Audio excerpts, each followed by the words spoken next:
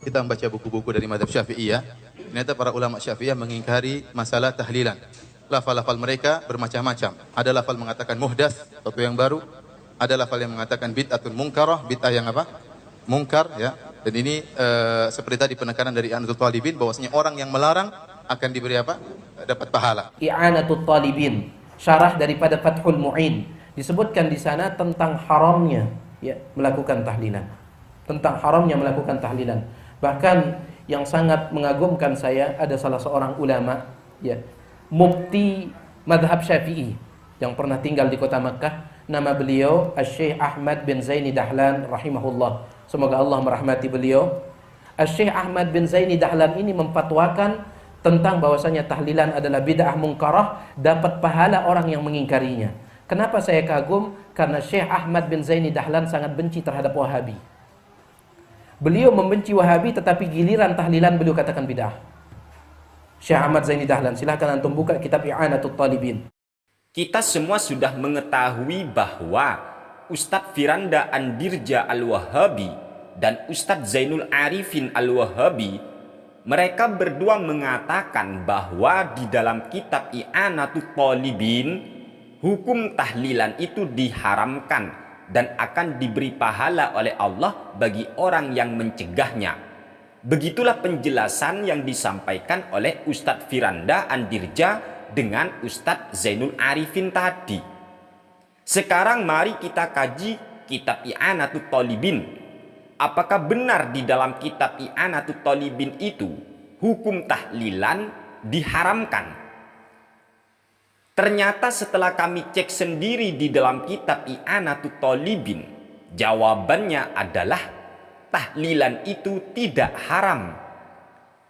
Dan Ustadz Firanda Andirja maupun Ustadz Zainul Arifin itu sengaja telah melakukan pemotongan, yaitu pertanyaan yang diterangkan dalam kitab I'anatul Talibin sengaja tidak dibacakan. Kemudian mereka berdua langsung membacakan jawaban yang disampaikan oleh sang mufti yang mengatakan haram. Padahal di dalam sebuah kaidah dijelaskan, as-su'alu mu'adun fil jawabi.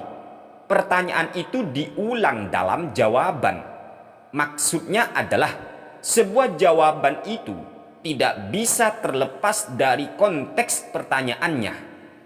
Contoh, ketika ada seseorang yang bertanya kepada kita, apakah Anda sudah minum Fanta? Lalu kita jawab, iya. Apa maksud dari jawaban kita yang berkata iya? Maksudnya adalah, iya, saya sudah minum Fanta. Tidak bisa dikatakan jawaban iya apabila pertanyaannya adalah, apakah Anda sudah minum Fanta? Lalu setelah itu kita jawab iya, tidak bisa dipahami, iya saya makan tahu. Bukan koyok ngene. Itu yang dimaksud dengan kaidah as-su'alu mu'adun fil jawabi. Pertanyaan itu diulang dalam jawaban. Dalam artian sebuah jawaban tidak boleh keluar dari konteks pertanyaannya. Lah, begitulah sebenarnya jawaban dari sang mufti yang diterangkan dalam kitab I'anatul Talibin. Jawaban tersebut dilatar belakangi oleh sebuah pertanyaan, yang mana isi pertanyaan yang terdapat di dalam kitab I'anatul Talibin tadi yaitu begini: apa pendapat para mufti mengenai sebuah tradisi khas di suatu wilayah, yang mana ketika ada orang yang meninggal dunia, pada saat itu datanglah para teman-temannya dan para tetangganya untuk bertakziah. Tetapi dalam tradisi mereka, ternyata para pentakziah tersebut menunggu makanan. Artinya mereka hadir untuk makan di rumah keluarga si mayit. Dikarenakan rasa malu yang ada di dalam hati keluarga mayit, akhirnya keluarga si mayit tadi bersusah payah untuk menyiapkan makanan yang beragam atau yang banyak lalu disuguhkan kepada para pentakziah tadi, yaitu pentakziah yang memang bertakziah hanya untuk mengharap makanan dari keluarga si mayit. Padahal sebenarnya pihak dari keluarga si mayit itu merasa berat hati sekali. Setelah itu penanya meminta jawaban dari sang mufti. Mendengar kronologis pertanyaannya seperti tadi, maka maklum ketika sang mufti tadi menjawab, iya.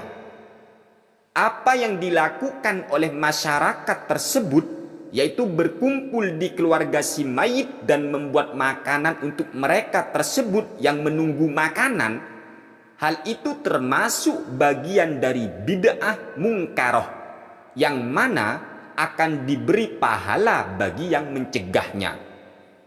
Jadi begitulah isi dari keterangan kitab I'anatut Thalibin tadi, teman-teman. Jadi jawaban sang mufti ketika beliau menjawab, "Na'am, ma yaf'aluhun nasu minal ijtima'i inda ahlil mayyiti wa sun'it ta'ami minal bid'il munkarati allati yuthabu ala man'iha." Ya, apa yang dilakukan oleh masyarakat, yaitu mereka berkumpul di keluarga si mayit dan membuat makanan untuk para pentakziah tadi, yang mana para pentakziah tadi menunggu atau memang sengaja menanti diberikan makanan oleh si keluarga mayit. Maka hal tersebut minal bid'il munkarati. Hal itu bagian dari bid'ah yang mungkaroh, allati yuthabu ala man'iha. Tentunya kita akan diberi pahala untuk mencegahnya. Jadi jawaban daripada na'am itu sebenarnya dilatar belakangi oleh sebuah pertanyaan, yang mana isi pertanyaannya adalah terjadi suatu urf ataupun suatu tradisi ketika ada orang mati, maka para teman-temannya tadi ataupun tetangganya hadir untuk bertakziah, tetapi bi annahum yantadhiruna ta'amah. Mereka hadir itu menunggu makanan. Wa min ghalabatil haya'i ala ahlil mayyiti yatakallafuna takallufat tammah wa yuhayyi'una lahum at'imatan adidah.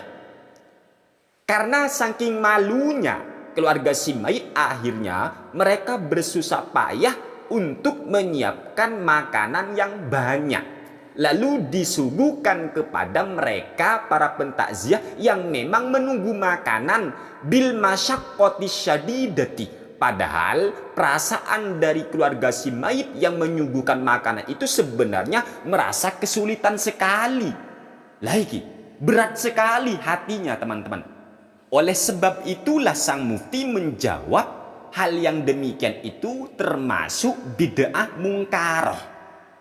Loh, kalau koyok ngene kronologis pertanyaannya, kami sepakat, kami setuju kalau seperti itu dilarang memang, teman-teman.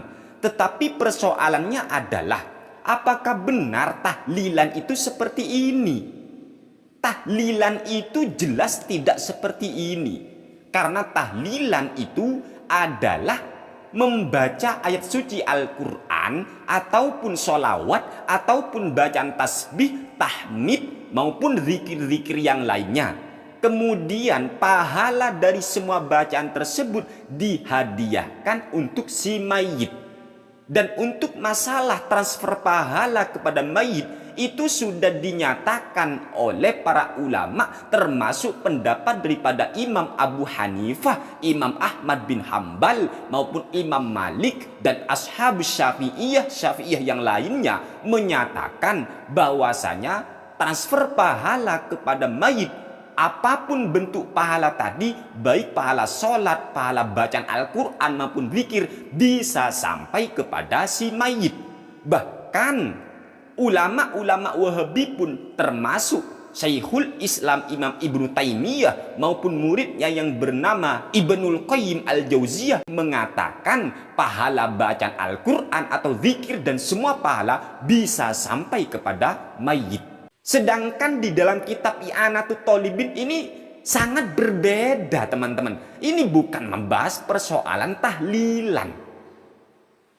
Kok ada ya persoalannya ada orang takziah yang nunggu makanan, kok malah dijadikan dalil untuk mengharamkan tahlilan. Iki kan kagak nyambung teman-teman. Ini gagal paham atau paham yang gagal.